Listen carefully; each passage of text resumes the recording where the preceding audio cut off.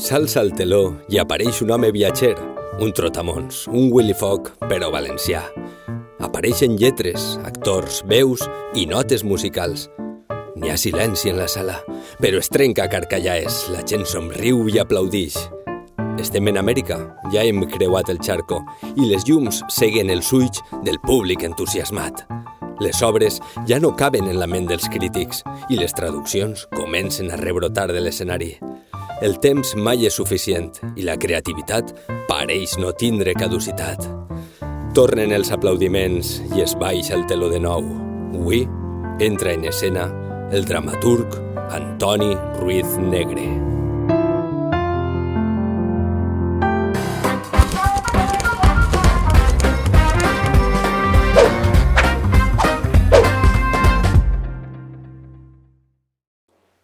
Benvingut, Antoni, al programa Mosseguellos en lo Chester, que estem celebrant en motiu del 10è aniversari de la nostra editorial i hem volgut compartir-ho en els autors que haveu publicat en nosaltres. És per això que avui és un plaer per a nosaltres comptar amb tu. El plaer és meu. Estic davant d'un dramaturg tremendo. Diguem que has fet les Amèriques, has creuat el charco i has anat a tota Sud-amèrica a representar les teues obres. Bé, no com jo volguera. La veritat és que si a lo llarg de tota una vida de treball no s'arriba a alguna cosa que valga la pena, doncs se pot dir que no has triomfat en lo teu. Bé, jo sóc un més dels autors que hi ha avui en València que han intentat eixir de València per a poder donar a conèixer les seues obres. Diríem que no has sigut profeta en la teua terra? Mai, ningú, ni jo ni qualsevol altre. Nosaltres en nostra terra, per desgràcia, mai hem tingut el recolzament que hauríem tindre. I això, per què mos passa tant als valencians? Perquè en altres províncies no passa. Pues això és el que jo sempre he volgut preguntar-me i intentar trobar una resposta. El problema és que no l'he trobat encara. És qüestió de política més que res. És penjar etiquetes als autors i a partir d'aquestes etiquetes estàs dins o estàs fora. Ja, però és curiós que, per exemple, en universitats de Nord-amèrica, o universitats importants, hagin fet tesis basant-se en treballs teus. Sí, precisament perquè el que han fet ha sigut estudiar l'obra. I estudiant l'obra s'obliden d'altres coses. Per exemple, aquesta lluita incruenta que tenim nosaltres de si unes normes o unes altres, que són les que te tanquen la porta per complet. Correcte. Comptes en més d'un centenar d'obres. Sí, està el centenar raspant-lo. Raspant-lo per dalt o per baix? Per dalt. O sigui, que el superes. Sí, perquè no he parat d'escriure encara. El problema està en que aquest centenar d'obres només tinc que estrenar la meitat. Tinc 52 estrenades només. 52 que han pujat a escenari i s'han representat. I la pena meua és que ja no me queden anys per davant per a poder veure estrenar les altres 50 que queden. Se quedaran ahí i això me lleva a les ganes de seguir escrivint obres. I per què? Hi ha un remat ahí enorme. Per això m'he dedicat a unes altres coses, com és a la narrativa, a la traducció i coses així, per entretindre'm. Deixes que han sigut representades? Tu sempre has estat present? No, que va. O sigui, no sé com funciona això del teatre, te lloguen l'obra i s'apanyen. Exacte. Normalment una companyia veu el repertori, busca les obres, els arguments que considera oportú, te'ls demana, els envies, se'ls estudien, si els aprofita els agraden, si no, no, i ja està. I se van fent obres. N'hi ha obres que s'han estrenat en països i jo no les he vist estrenar. Ni representar... Ni representar res. L'únic que he vist ha sigut que s'han representat i que m'han sigut abonats en compte els drets. Menos mal. Entonces, imagine que escriuràs en castellà. Per a fora, sí. No, tot el que jo faig, tot, en dramatúrgia, faig dues versions, una en castellà i una altra en valencià, de tot. Clar, i així tens les dues possibilitats, no? I de totes les que tu has fet, quina obra inèdita és la teva favorita? Inèdita? Ah, no. Això és com si parlares, quin fill t'agrada més? No. Jo puc dir que de les que han tingut més èxit davant del públic, que a última hora és qui xutxa les obres i el sabut del conte, és això. El que passa per taquilla. Sí, sí. Pues n'hi ha algunes obres que per a mi han sigut les que més èxit han tingut, com per exemple una que s'estrenà així en València, en el Rialto, ja fa uns quants anys, que era Ell no ho faria, en resposta a aquell anunci que feren del gos que se... Correcte, sí, sí. Bueno, pues Ell no ho faria, s'estrenà al Rialto, estigui així una setmana en cartell i fon un èxit total. No s'ha tornat a representar en València, però sí fora, en la versió en castellà. I dos o tres comèdies més, com que han pegat més en Buenos Aires i en Uruguai que en Espanya. Així en Espanya també, en altres províncies, a més també se fan algunes obres meues, com és normal en castellà. Clar. Dins de tot el que has escrit, jo crec que t'has especialitzat en comèdies teatrals. Pues no, s'han representat més comèdies, però en el que jo més he volcat i el que jo puc dir que té més valor és el teatre d'intriga. D'intriga. Jo tinc una col·lecció dins d'aquest centenar d'obres que són totalment d'intriga i que quan s'han representat han tingut més èxit que les comèdies. Te dia comèdies perquè dins del repertori de llibres que has publicat amb nosaltres, el primer de tots va ser una antologia de comèdies teatrals. Sí, senyor. Que conta-los al públic un poc què recollia aquest llibre. Pues això crec que recordar que tenia 8 comèdies, tenia 4 curtes i 4 llargues. Llargues vull dir de duració d'hora i mitja, o de les curtes que són el que se fa de teatre normalment així en València. I eren unes comèdies triades a l'albur, a dir, les que me demanaren per a fer l'original i ja està, les agarré a Xina. Molt bé. A banda d'escriure llibres, amb vosaltres, eres el fundador o el creador o l'autor del Diccionari d'Antònims i Sinònims de la Real Acadèmia. Això és història, ja. Això és història. Sí, però això fa una necessitat. Veuràs, jo me canvié a les normes de la Real Acadèmia quan s'aprovaren a principis dels anys 80. Jo, fins a aquest moment, com tots els escriptors en valencià, escrivíem el que n'hi havia, en les normes anteriors. Però quan se publicaren les noves, a mi m'agradaren, vaig considerar que eren les que més s'apropaven al que jo pensava i al valencià que me parlava ma mare, i les adoptí.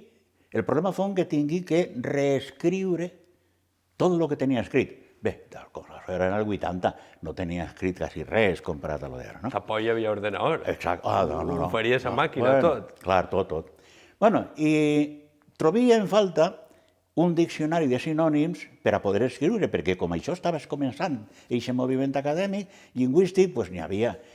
I per molt que jo demanava a Boro i a uns altres, escolta, perquè no se fa un diccionari de sinònims? Ui, el que volem fer és el diccionari en valencià, que ja serà prou, i és de veres. Eixa tasca les començaren ells i continuaren. I per què no faig jo el diccionari? Per a mi. I es comenci, fitxeta a fitxeta. A tot el que jo necessitava per a escriure les meves obres, anava reflexant-lo en fitxetes, fins que vaig aconseguir en casa 4 o 5 o 6 caixes de sabates plenes de fitxetes, la meva dona ja no sabia on ficar-les, fins que vingueren l'ordenador. Ja quan vingui l'ordenador, tinc que tirar la meitat de la feina feta, i ja es comencia a fer de veres el diccionari. Quan ja tenia un cabal de paraules, molt curtet però suficient, fèrem la primera edició que me la feu del Ceni al Segura. Era molt breu, però ja era el primer diccionari que eixia en valencià. En acabant la Real Acadèmia, ja me feu la segona edició duplicada i per últim se va ficar ja en internet, i en internet, com no he parat d'afegir-li... Continues afegint. Sí, no he parat. En aquests moments, crec recordar que tindrà prop de les 40.000 entrades. 40.000 entrades. O sigui que el diccionari ja és un diccionari ja molt gros. I ahí està, a l'abast de qui el necessite. Si te soc sincer, jo el gaste. Clar. L'editorial és una ferramenta útil, diària, pràcticament. Sí. També has col·laborat o formes part de l'Associació d'Escriptors en Llengua Valenciana? Sí, soc de la IVA, sí, des que se crea. I què te pareix que existisca una associació d'escriptors en llengua valenciana, Normes del Puig, que pugues compartir rogle en persones que escriuen com tu? Pues no és que siga una associació en eix enorme, és que és l'única associació d'escriptors en llengua valenciana. És que no n'hi ha una altra. Que llàstima. No? I tot és ahí. La veritat és que la IVA ha fet un treball enorme en quant a l'edició de llibres, perquè des que s'es començà fins ara s'han fet, jo què sé, la quantitat de centenars de llibres que s'han editat i que estan ahí. I ha acollit a més a tots els escriptors en ell. A més de diferents edats, però ja han passat jovenets. Tots hem passat per allí. Molt bé. Si continuem analitzant llibres que has publicat amb nosaltres, trobem efemèrides i curiositats valencianes. Bé, doncs això, com diu, a més, les curiositats és una curiositat del negre per entretindre's. Jo, per entretindre'm, també, en un moment, es comenci, igual que les fitxetes del diccionari, a posar les anècdotes i coses que ahí no hi ha res inventat, perquè això és una recopilació. Com dugueres a terme el treball de recopilació? Llegint. Però llegint on? Perquè el que n'hi ha ahí jo ho he llegit i això no ho trobo en qualsevol lloc. Ah, clar, ahí està el mèrit. Bueno, pues mira, jo m'he repassat totes les biblioteques que hi ha en València, he estat en l'Arxiu del Regne, he sigut un ratolí de biblioteca i he regirat, abusant dels amics, tot aquell que tenia algun llibre antic, he intentat que me'l prestara per a llegir-lo i, a més, jo tinc una bona biblioteca de llibres molt antics i molt valuosos, de la qual se poden treure moltes coses. I a base de llegir, això és una recopilació, llegir, i tot això que pareix que és interessant, doncs va clavant-se. Eixe que tens en la mà, crec recordar que té 2.100 entrades, doncs la pròxima edició, si algun dia es fa, ja podrà comptar en 3.300 que ja té, perquè jo no he parat d'ampliar-lo. I ara ja tinc 3.300 entrades per a aquest mateix llibre, per a una segona edició, si se pot fer. Una curiositat, jo personalment puc anar a l'Arxiu del Regne, entrar i ficar-me a fullejar llibres antics, així a veure, trau-me el llibre Elegantorum i a obrir-lo i... Lo normal és, quan s'inaugurà la Biblioteca Valenciana en Sant Miquel dels Reis, pues lo primer que vaig fer és treure el carnet d'investigador. Fa falta treure't un carnet per poder entrar ahí. En algunes biblioteques sí, perquè estan molt tassadetes, no? Hi ha coses que si no te poses guants blancs no pots llegir, no? Però és igual, no cal anar a aquestes fonts tan especialíssimes.